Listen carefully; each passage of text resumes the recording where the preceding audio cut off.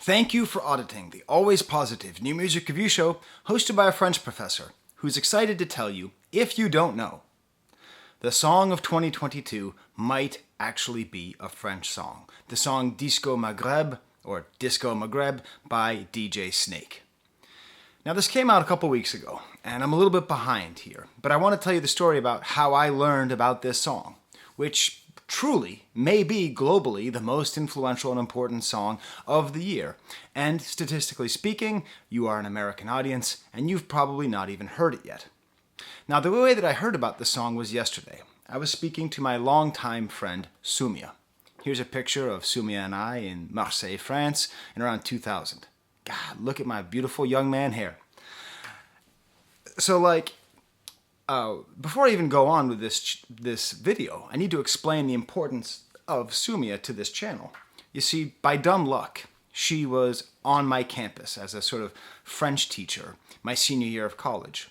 And she was young and she was hip, but most importantly, she understood what I was wanting to work on. You see, this was back in 1999, in 2000, and I wanted to work on French hip-hop music.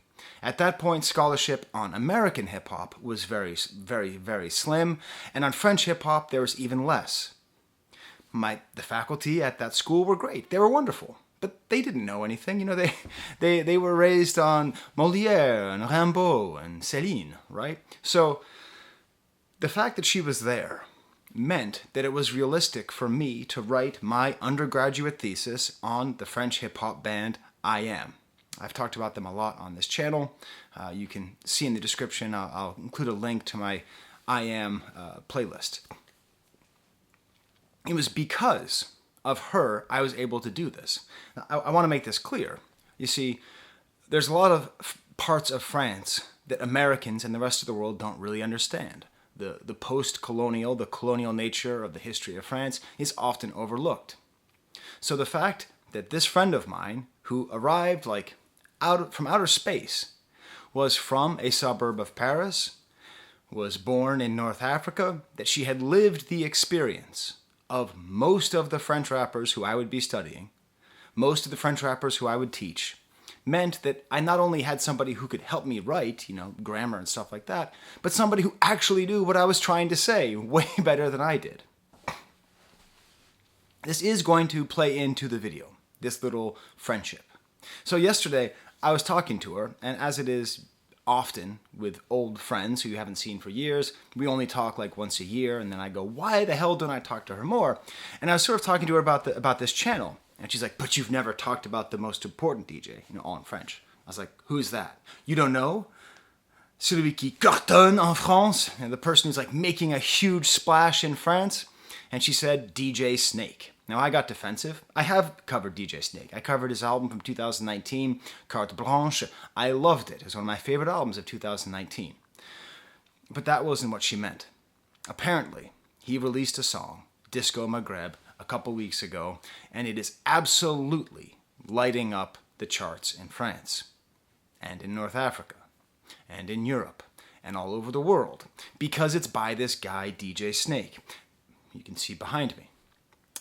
Now, the thing about DJ Snake is that he represents the best of French hip-hop and French electronic music.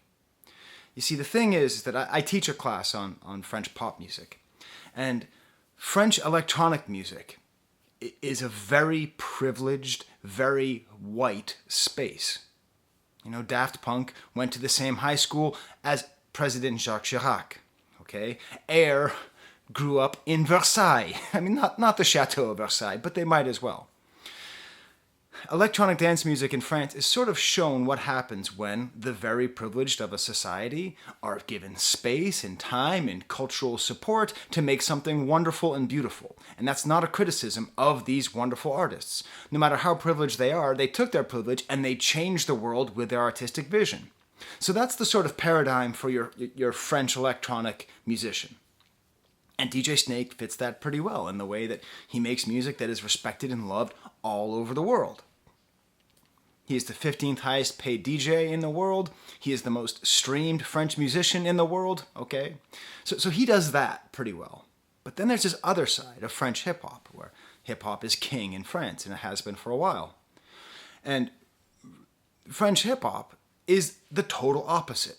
French hip-hop is the domain of the marginalized in society.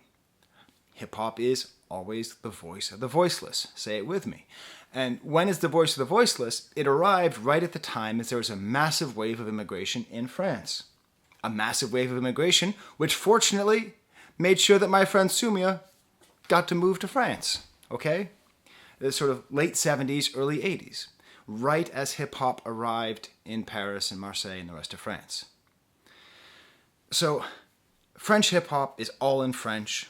It's the most popular music in France. It is mostly made by marginalized people, usually, not always, but usually descendant of people of African descent, sometimes first generation, second generation immigrants. And then we have the super privileged techno. So what is it that DJ Snake does that's so amazing? He is both. Okay? His father is white. His mother is Algerian. We'll get to Algeria soon. He grew up in the suburbs of Paris. He learned how to be a DJ, being inspired by the movie La Haine by Mathieu Kassovitz, a great movie. His story is the origin story of a French hip-hop artist with the explosion of a French EDM artist. He is a true bicultural figure with international renown. But thanks to his heritage, thanks to his upbringing, he is also, while he is a reminder of great French cultural exception, cultural beauty, he's also a reminder of France's history. France is bloody, manipulative, controlling, racist, bigoted history. He's all those things all at once. In 2013, he's already had the Song of the Year once. Turned down for what? Yeah, it's a French song. I know. You hear it and you think it's Lil Jon. What? Yeah. No, that's a French song. But I'm going to go ahead and say it. This song, Disco Maghreb, is way more important than Turned Down for What was. This song, and here, have a listen to it. This is what I'm going to do. I'm going to send you a link to the video. Listen to it before you watch the video, and then watch the video. I'm going to be discussing both here. So just click on the banana to hear the song. First of all, just the title, Disco Maghreb. Now, there's a real chance, if you are an American like me, and you're under the age of 35, unlike me, most of my audience is American under the age of 35, I didn't know what the Maghreb was up until I lived in France. It's this part of North Africa, okay? It's from Mauritania, Morocco, which is where my friend Sumia was born, Algeria, Tunisia, and Libya. It's that part of North Africa, which has a very, very strong connection to France because much of that area was colonized by France. Much of that area has a significant population of people who moved from that area to France and tried to make their way in French society. So what this song can do is it can be regional and global at the same time. Because it does what French hip-hop does better than any other form of hip-hop. I've made videos about this before, and I'll include a link to them at the end. What makes French hip-hop so interesting is that they integrate, and they used to do this more, they do it less now that it's more popular, but they still do it. They integrate the sounds of their home country into their hip-hop. As I like to say over and over again in my classes, musical style reflects social identity. I say this over and over and over again. Musical style reflects social identity. So Jay-Z might have released, the song Big Pimpin', and it might have had North African sounds, but he has no connection to North Africa. While at the same time, there were rappers in France who were making songs that had North African sounds, and that was an authentic representation of their identity. So what this song does in 2022, way after what's considered to be the golden age of French hip-hop, where I think they did the best job they ever did with integrating the sounds of the home country. The word that is often used in French is bled, B-L-E-D. That means the home country. Integrating the sounds of the bled with global sounds, with global pop. And that's what he does here. What does he do that's regional? All the instruments, basically all the instruments in the song that you hear that are most notable are North African instruments, or Algerian instruments. The drum is a bendir, which is this like drum with like a little snare on the back. That's a hand drum. The overriding sound that's everywhere on this is this flute. Sorry, you're going to hear the sounds of my dog Bo running around in the background. I don't know what he's doing. This flute, which I believe is a zurna, which is found all over the world. I mean, Bulgaria, okay? I mean, it's not just in North Africa, but it's this sort of electronic, I believe it's an electronic version of this North African flute. And these sounds are the basis of the entire thing.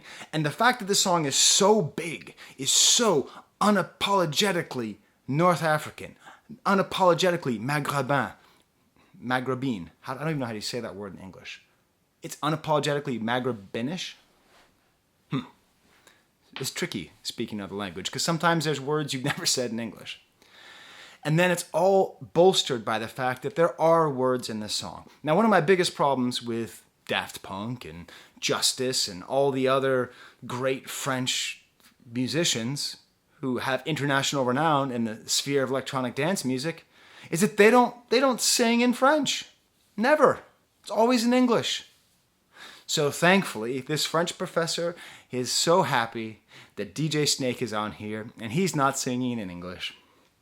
He's singing in Arabic. Oh well, I'll take it. Just skipped right over French into Arabic. But what's amazing is how he's able to use the Arabic language and its rhythmic possibilities in this song. Like the way he uses words, like I believe the word alik means look. Please correct me if you speak Arabic, because I'm going to slaughter your language. I will say though, in my conversations with Sumia, that the way languages are spoken in the Maghreb, sometimes people from here can't be understood over here. They have to speak a sort of standardized version of Arabic. So I don't know if this is a standardized Arabic or if this is a very regional Algerian Arabic. Please, dear God, tell me that. I'd love to know that. All these differences you don't think about when you're an American, because Americans don't care about language. They don't. They don't care about language even a little bit. They don't care about the details. They don't care about linguistic diversity. They don't care about learning because Americans are convinced of American and English hegemony lasting forever as our imperial fist controls the world with this language that I'm speaking out of my mouth. But this song by DJ Snake fights that. It's not in English. It's not even in French. You want to know what it means? You better look up how to speak some Arabic. You better read and hope that that internet source was correct, that alik, alik, alik, alik, alik means look, look, look, look, look. I'll have to ask Sumi if that's what it means. But alik, alik, alik, like just the sounds of that. Alik, alik, like a two-syllable word for look, beautiful. And then there's this whole other part, wahed, zurud, tlata, arud. 1, 2, 3, do it again, I believe is how it's translated, but just wahed, zarud, tlata, haud. Like just and then at a certain point he does this thing where he inverts the rhythms with how he's saying them, like he takes like a half beat off with his voice, and then also the sound of the zurna, of that flute, like gets inverted. Like there's so many different parts to the song that you can't even really tell because it's just so just the sound. And I don't blame you. The first time you heard the song, you don't like it. I didn't like the song the first time I heard it. Then I listened to it again with bass. And then I started to like it. And then it got stuck in my head. And this is the thing. People in France right now, people in Europe are hearing the song so much and they can't get rid of it. It's everywhere. And it's going to be everywhere. And it's going to arrive in America. Inshallah, it's going to arrive in America. That we're going to have this wonderful song in our mind that's going to actually expand our conception of what France is, of what music is, of what pop is. It is unapologetically Maghrebin. Because whenever you listen to music from Maghreb, whenever I listen to music from Maghreb, with some exceptions, it's very challenging. The sounds are very challenging. They're very aggravating. It's not what I'm used to. And especially that flute sound. It takes me a while to get into it. But here we have this song and you can't fight it. You can't fight it because it's not just regional. Oh, it's global. He mixes in a dembow rhythm, the reggaeton rhythm. Boom, boom, ga, boom, boom, ga, boom, ga, boom, ga, boom, ga, boom, ga, boom, ga, boom, ga, boom, ga. But it's not a straight dembow rhythm because obviously the dembow rhythm is actually very similar to other rhythms, especially those found in North Africa. So he has kind of like a sort of like, you can feel that this song would fit perfectly into a generic playlist of 2022. Boom, boom, ga, boom, ga, boom, ga, everywhere, boom, ga, everywhere. That's the sound. Every single song, boom, ga, boom, ga. But here we have it with that kind of standard techno bass in here, just beautiful paths of just these rhythms inverting. And the thing is, it creates in me the North African dancing. And I don't know how to dance. I don't know how to dance in a North African way, but I have watched my friends from France who are of North African descent, including Sumia, but not limited to Sumia. I also used to teach in a high school. Most of my students were of Algerian descent when I lived in Marseille, France. And they would sort of like do this like crazy like dance. It was just all shoulders and hands and like, I can't do it that well, but I hear this song and I want to do that dance to it, you know? And then it just leads all up to this breakdown for this part where he starts singing. It's like he's just clear. He's like he's controlling the party. He's like, it's him too. I believe it's actually DJ Snake, like a guy whose voice has never been heard, who always wears glasses. You never see him anywhere, but all of a sudden here he is on the cover of his album. You know, it really feels like he's actually there. He's actually saying it, and he controls the song with his voice in a way that reminds me of like Let Me Clear My Throat. You know, DJ, was it Cool? Yeah. You know, like let me cool my throat. Let me cool my throat. Let me cool my throat. Let me cool my throat. I'll have a sip of coffee. Let me clear my throat. Like that level of just like, you feel like he's controlling the party, but he's also controlling the room, and he's also, and this is going to sound exaggerated, controlling the earth. That is how awesome his voice sounds on here. And it leads up to this drop that is not super exaggerated. It's not like a turn down for what drop where you're just like, ah! It's a little bit subtle, but it's so good. And the best part about it, the best drops are the earned drops. And so we've had this whole sound going, and we had to wait for the vocals, and then we get the vocals, and then we get the break, and then we get the drop. So this beautiful cover, this beautiful title, right? Which reminds us of a geographical region of France, which I hate to tell you, if you are a French or North African person watching this video, if you asked 1,000 Americans to name one country in the Maghreb, probably 2 would get it. Not only do Americans not care about language, they don't care about geography. I'm not being anti-American.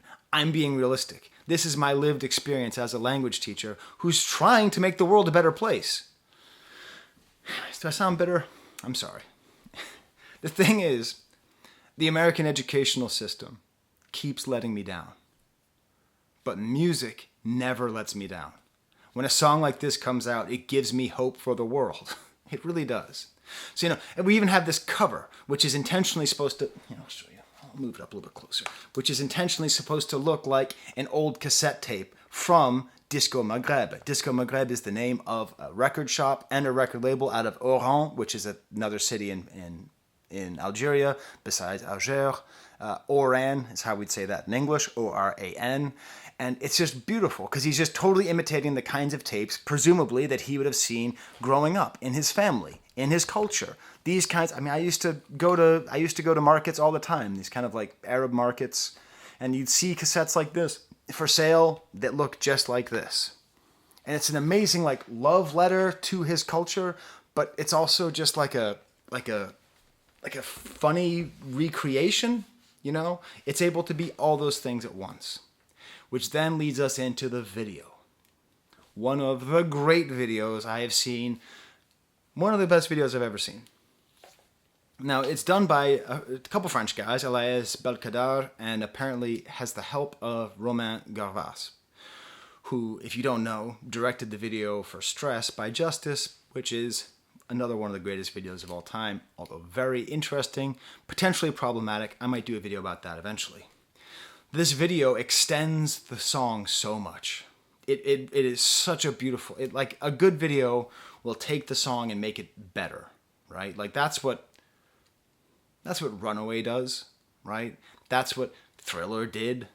That's sure as hell what Single Ladies does. Like it takes a lot of these themes And if it's a great video, it expands it. So it starts off with this old man entering the store, entering Disco Maghreb. And you see kind of traditional music playing in the background. And you understand this whole connection between like Paris, France, where he lives, right? Where DJ Snake lives. He lives on jets. He lives in hotels. He gets paid millions of dollars for pressing a button and going, oh, okay, he's one of those guys. But then he's connected to this little old man in this little old shop with little cassettes, and he pressed play, and then the song starts, and we have all this wonderful imagery from Algeria in Algeria. A goat has been painted with his logo, motor scooters, so many people doing like stunt motorcycle riding, traditional dancing, freestyle camel riding. I never knew how much fun it was to watch people ride camels who really know how to ride camels until I saw this. Also, how cool camels' lips look in slow motion when they're running. Very cool. We see musicians playing the actual instruments that are being sampled or being imitated on this song. There's a beautiful scene of dance lessons because you get the sense it's all leading up to this marriage. There's a traditional marriage that's going on with a handsome couple, and there's this little kid and he's dancing with a stick, and it's all just mixed in together beautifully. And it provides a beautiful perspective, a beautiful image of Algeria. And I cannot tell you how difficult it is to find beautiful images of Algeria. Americans can't know. The best we do is say it's like Vietnam for France, but that's not even close. That's not even close to the national shame that is the Algerian War of Independence. It is a very sore subject to this day. You mention, do it, I dare you. Meet a French person and mention the French-Algerian War of Independence, and they will get uncomfortable. Okay? They will be, There was torture on both sides. There was murders of civilians in Paris, France. Okay? There was murder, torture, cruelty, and that heritage, lives on.